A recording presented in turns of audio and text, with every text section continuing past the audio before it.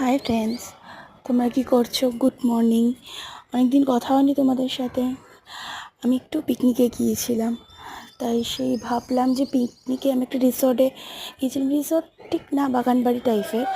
তো ভাবলাম যে সেই ভিডিওটা তোমাদের সাথে শেয়ার করি।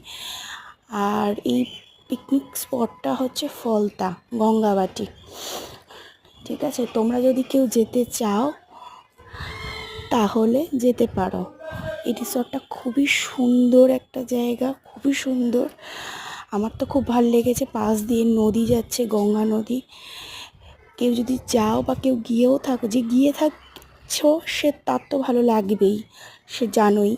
আর যে যাওনি সেও যেতে পারো, গিয়ে দেখতে পারো। খুব সুন্দর জায়গা, পিকনিকের জন্য একদম ভালো জায়গা, মন একদম ভালো হয়ে যাবে। ওকে, টাটা।